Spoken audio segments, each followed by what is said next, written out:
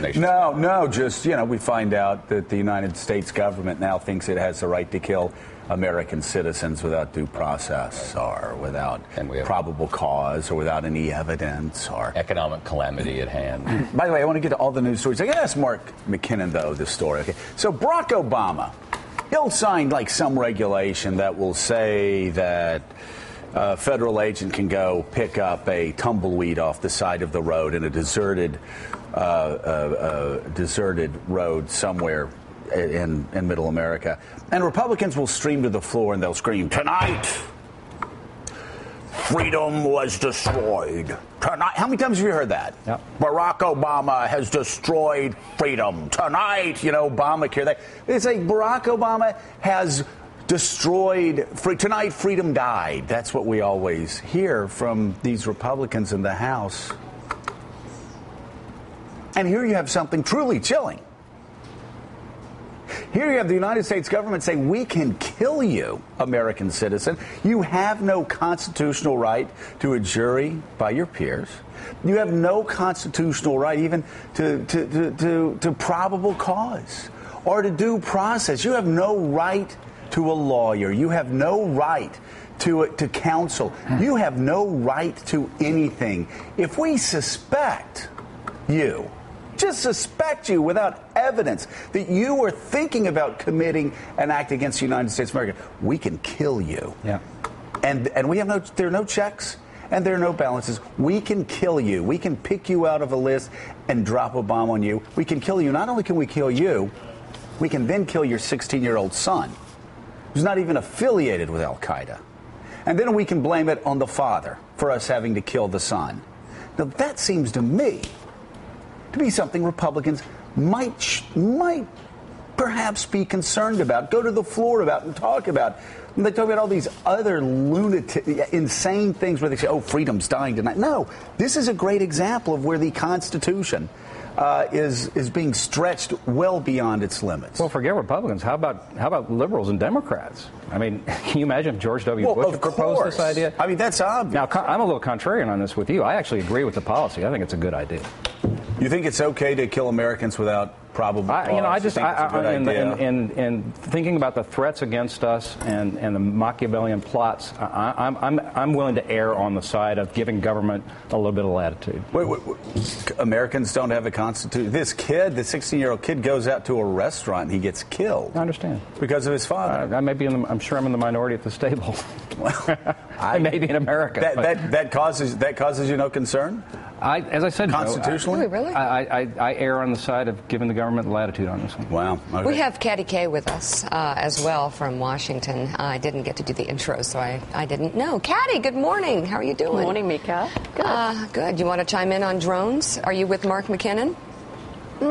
I think, there has to be a whole lot more open discussion of the kind that we tried to raise a couple of years ago. Roy Blunt tried to raise it in the Petraeus hearings and was sort of smacked down by Dianne Feinstein. This is an issue of national intelligence. But you know what?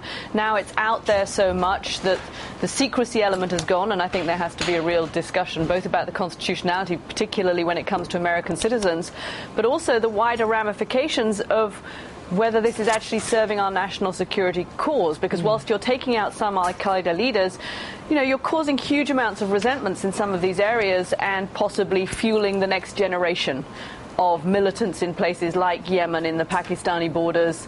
If we extend it into Somalia or even into Mali, there are a whole lot of people that are going to feel extremely angry about missiles raining out of the sky and taking down people who are not always associated with terrorists. There's an extremely good story, an example of this in the New York Times this morning, of an imam who spoke out against Al-Qaeda.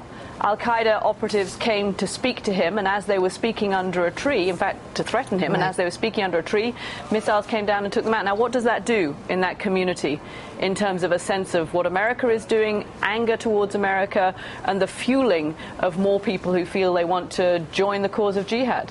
And the probable cause, by the way, John Meacham, now is, and it really is, if you're a man between certain ages, and you are within the proximity of members who are suspected to be members of Al-Qaeda, you are presumed guilty, and they kill you. You're in the kill zone. And to be an imminent threat.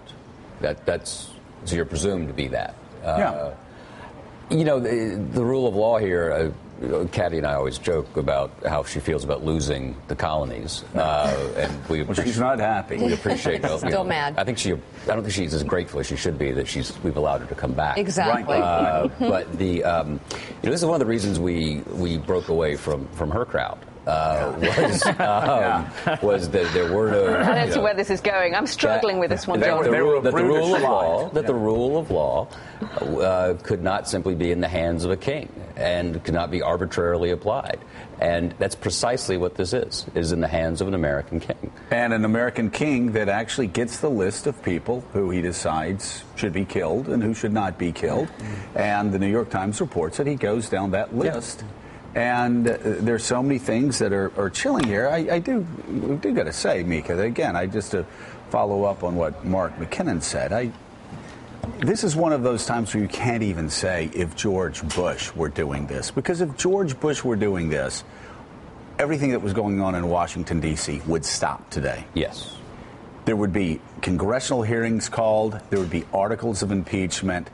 All of Washington, all of Manhattan, the entire press corps would stop and focus its attention on this unprecedented overreach, constitutional overreach.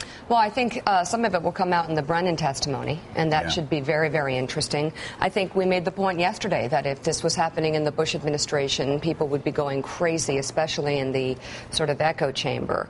But I do think when you think through the debate on this, and the debate you and I would have on this, we would end up exactly where we are on the debate about torture, where we both end up evolving a little bit because we both love this country, we both want to respect the moral values that it's pinned upon, but we also both want our children to be safe.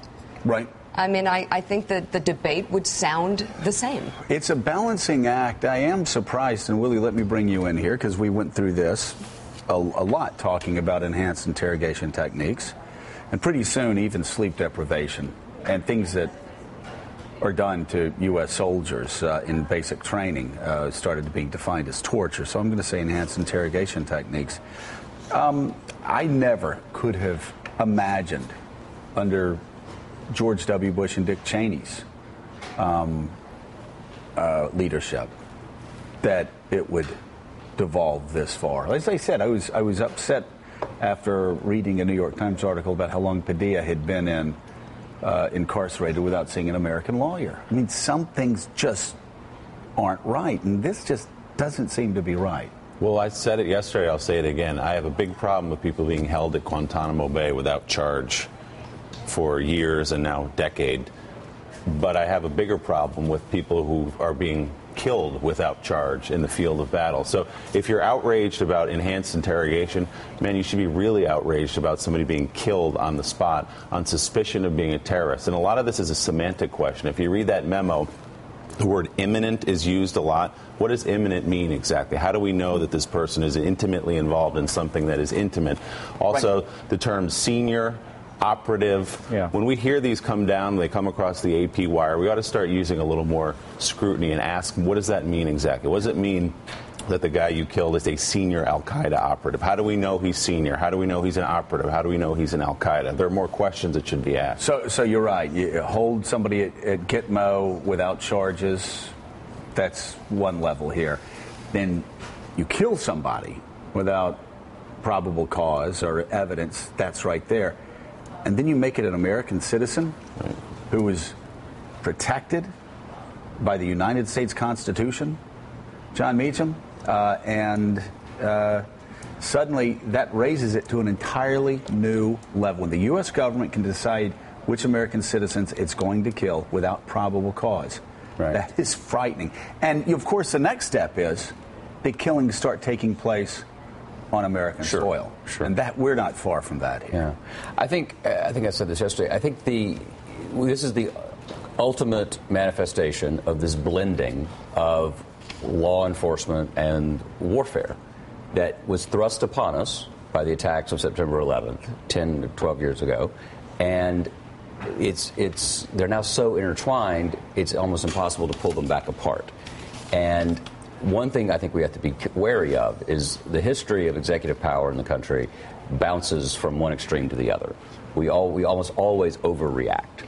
So you don't want to get too much oversight and too complex about it, because presidents know, that there is a need to be able to strike. And but I would love to hear what the debate on this was. Well, and also, I'm going to get to a couple more stories before we go to break, but how history will look at this will be so interesting, because it might be the Bush administration policies, from wiretapping to Gitmo to torture, that led to information that led to what's happening here. I mean, it all will be related at some point, and the debate will be completely muddled. And it's the debate we were having before President Obama went into office. Everything that you predicted has come to pass, and more. And more, exactly.